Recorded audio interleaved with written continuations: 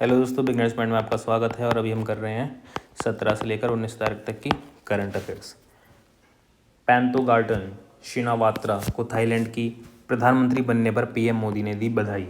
प्रधानमंत्री नरेंद्र मोदी ने पैंतोगार्टन शिनावात्रा को थाईलैंड की प्रधानमंत्री नियुक्त किए जाने पर बधाई दी है। उनके सफल कार्यकाल की कामना करते हुए प्रधानमंत्री ने आशा व्यक्त की कि आने वाले समय में दोनों देशों के बीच संबंध और मजबूत होंगे। उन्होंने कहा कि दोनों देशों में संस्कृत, सभ्यता और जनसंपर्कों की नींव पर आधारित संबंधों की एक ऐतिहासिक विरासत है।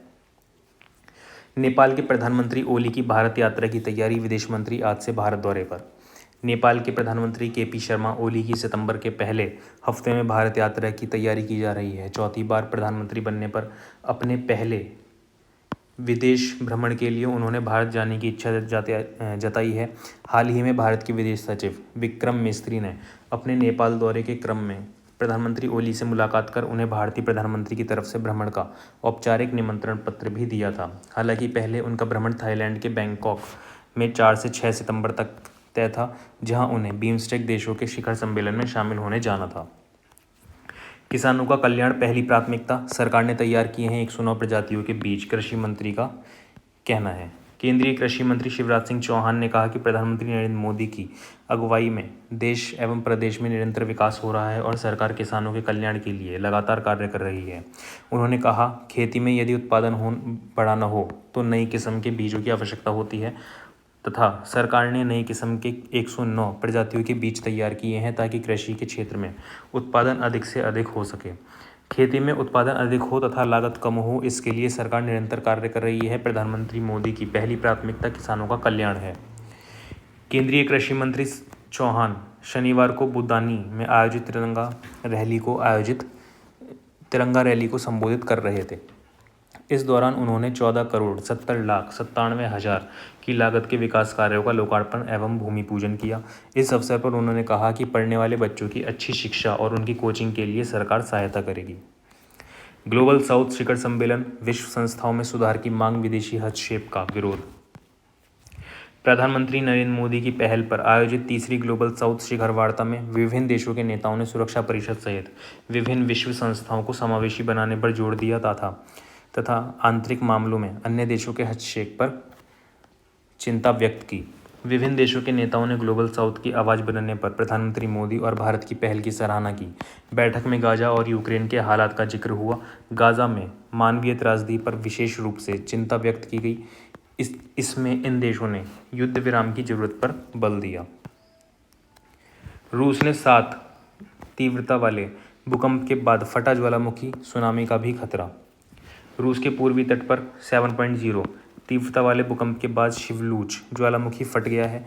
इस घटनाक्रम के बाद सुनामी का खतरा भी बना हुआ है। हालांकि अब तक भूकंप के झटकों या ज्वालामुखी के फटने से जनहानि नहीं हुई है। विशेषज्ञों की टीम इमारतों की जांच कर रही है कि भूकंप के तेज झटकों से इन्हें कितना नुकसान पहुंचा है। रूस में रविवार सुबह स्थानीय समयानुसार भूकंप के तेज झटके महसूस किए गए हैं। रिएक्टर स्केल पर भूकंप की तीव्रता 7 मापी गई है। भूकंप का केंद्र सुदूर पूर्वी कामचटका प्रायद्वीप का तट रहा। संयुक्त राज्य भू वैज्ञानिक सर्वेक्षण के अधिकारियों के मुताबिक रूस में भूकंप सुबह 7 बजे के ठीक बाद आया। केंद्रीय स्वास्थ्य मंत्रालय ने डॉक्टरों की सुरक्षा के लिए हर संभव प्रयास करने का दिया है आश्वासन। केंद्रीय स्वास्थ्य एवं परिवार कल्याण मंत्रालय ने डॉक्टरों और स्वास्थ्य पेशेवरों की सुरक्षा सुनिश्चित करने के लिए हर संभव प्रयास करने का आश्वासन दिया है। मंत्रालय ने कहा कि स्वास्थ्य पेशेवरों की सुरक्षा सुनिश्चित करने के उपाय सुझाने के लिए एक समिति बनाई जाएगी तथा राज्य सरकारों सहित सभी हितधारकों के प्रतिनिधियों को समिति के साथ अपने सुझाव साझा करने के लिए आमंत्रित किया जाएगा। स्वास्थ्य एवं परिवार कल्याण मंत्रालय के अनुसार federation of resident doctors association FORDA, Indian medical association IMA और दिल्ली के सरकारी मेडिकल कॉलेजों और अस्पतालों के रेजिडेंट डॉक्टर्स एसोसिएशन के प्रतिनिधियों ने कोलकाता के आरजीकर मेडिकल कॉलेज और अस्पताल में एक रेजिडेंट डॉक्टर के खिलाफ हुई घटना के बाद नई दिल्ली में केंद्रीय स्वास्थ्य और परिवार कल्याण मंत्रालय से मुलाकात की।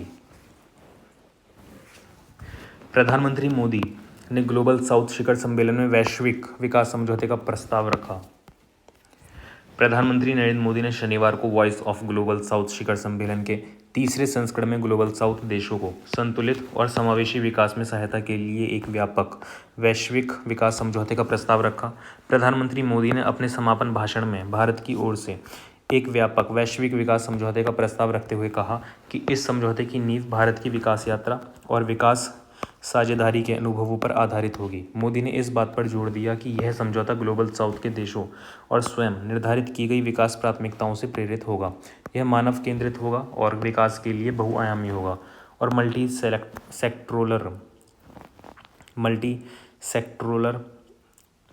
सेक्टोरल दृष्टिकोण को बढ़ावा देगा। उन्होंने कहा कि यह डेवलपमेंट फाइनेंस के नाम पर जरूरतमंद देशों को कर्ज तले नहीं दबाएगा। यह पार्टनर देशों के संतुलित और सतत विकास में सहयोग देगा। कैबिनेट ने 5 प्रमुख इंफ्रा परियोजनाओं को मंजूरी दी।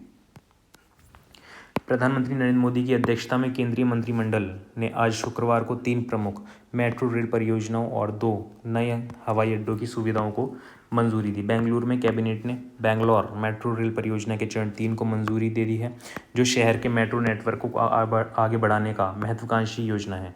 15,611 करोड़ की लागत के साथ इस चरण में 2 नए एलिवेटेड कॉरिडोर पेश किए जाएंगे। 31 स्टेशनों को शामिल करते हुए 44.65 किलोमीटर तक इसका विस्तार किया जाएगा। कॉरिडोर 1 जेपी नगर चौथे चरण से कैंपापुरा तक 32.15 किलोमीटर तक चलेगा, जिसमें प्रमुख औद्योगिक और आवासीय क्षेत्र भी शामिल होंगे, जबकि कॉरिडोर 2 होसाहल्ली से मगदी रोड के साथ कदबा बेगेर तक 12.50 किलोमीटर तक चलेगा। इसे 2029 में पूरा कर लिया जाएगा। इससे बेंगलुरु का मेट्रो नेटवर्क 220.20 किलोमीटर तक को कवर कर लेगा, जो शहरी परिवहन में काफ़ी सुधार करेगा और पर्यावरणीय स्थिरता में योगदान देगा। ठाणे मुंबई से सटा एक तेजी से बढ़ता शहर Thane integral ring metro rail परियोजना को भी मंजूरी मिल गई है। 12,200 करोड़ रुपए की अनुमानित लागत वाले 29 किलोमीटर के इस रिंग कॉरिडोर में 22 स्टेशन शामिल होंगे, जो नौपाड़ा, बागले ईस्ट, हीरानंदिनी ईस्ट, कोलशेत जैसे महत्वपूर्ण क्षेत्रों को जोड़ेगा। ये भी 2029 तक पूरा हो जाएगा। पुणे में मेट्रो नेटवर्क 2,954.53 करोड़ रुपए की लागत वाली यह परियोजना मार्केट यार्ड वीवेवाड़ी कटराज को जोड़ेगी, जिससे पुणे के दक्षिणी क्षेत्र में यातायात की समस्या का समाधान होगा। इसे भी 2019 तक पूरा कर लिया जाएगा। ठीक है।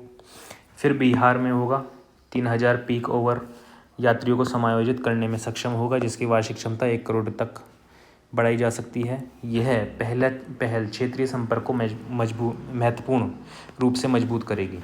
इस तरह कैबिनेट ने 1549 करोड़ रुपए के बजट के साथ पश्चिम बंगाल के बागडोगरा हवाई अड्डे पर एक नया सिविल एनक्लेव के विकास को मंजूरी दे दी है। 70,390 वर्ग मीटर में फैला नया टर्मिनल 3,000 पीक ओवर यात्रियों को संभालने के लिए डिज़ाइन किया गया है, जिसमें 10 विमानों के लिए एप्रन और मल्टी लेवल कार पार्किंग जैसी सुविधाएं शामिल हैं। इस विकास में बागडोगरा हवाई अड्डे की परिचालन क्षमता में वृद्धि होगी। 70th national film awards Rishabh Shetty ने कांतारा के लिए जीता सर्वश्रेष्ठ अभिनेता का पुरस्कार, गुलमोहर को सर्वश्रेष्ठ हिंदी फिल्म।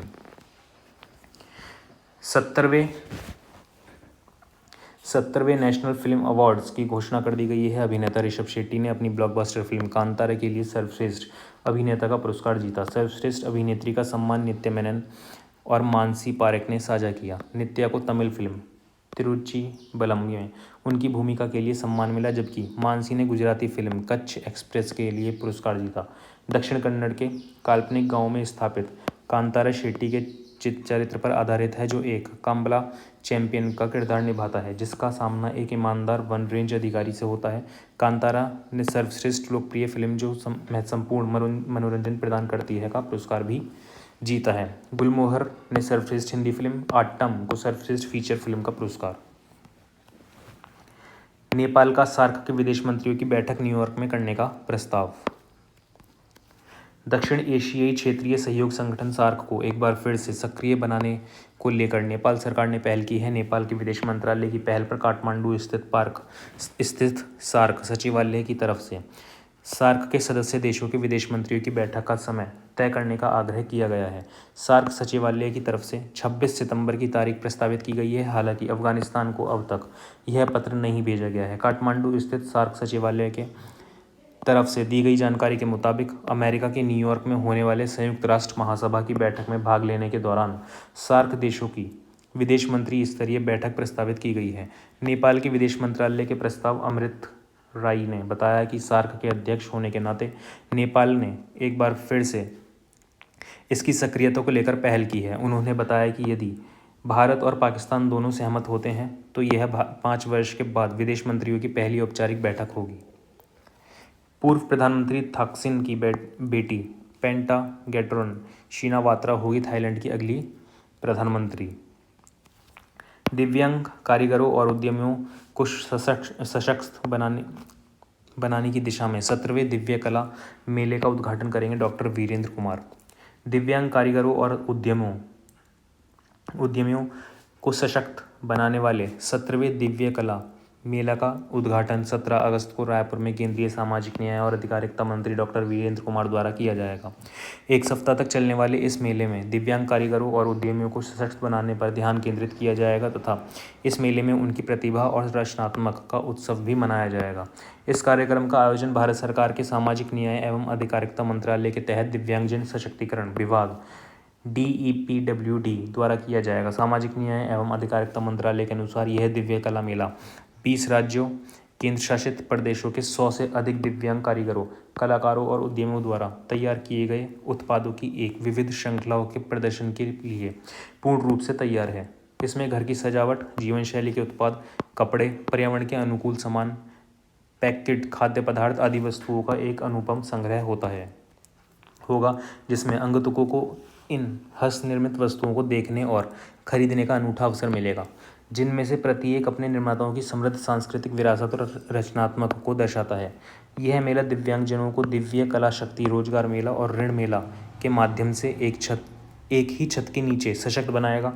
इसमें ऋण मेला जैसी पहलों के माध्यम से प्रतिभागियों को वित्तीय सहायता प्रदान की जाएगी, जिससे वे अपने व्यवसाय को आगे बढ़ा सकें और आत्मनिर्भर बन सकें। 10वां अंतर्राष्ट्रीय फिल्म महोत्सव शिमला में आरंभ। 27 विदेशी के साथ 20 राज्यों की फिल्मों का होगा प्रदर्शन। शिमला के अंतर्राष्ट्रीय फिल्म महोत्सव IFFS का 10वां संस्करण आज शुक्रवार से गेयटी थिएटर में आरंभ हो रहा है। महोत्सव 18 अगस्त तक आयोजित किया जाएगा। फिल्म महोत्सव का मिशन विश्व के सर्वश्रेष्ठ सिनेमा का प्रदर्शन करना और युवाओं में अच्छे सिनेमा के प्रति रुचि विकसित करना और स्वतंत्र फिल्म निर्माताओं के लिए एक मंच प्रदान करना और भारतीय क्षेत्रीय सिनेमा को बढ़ावा देना है।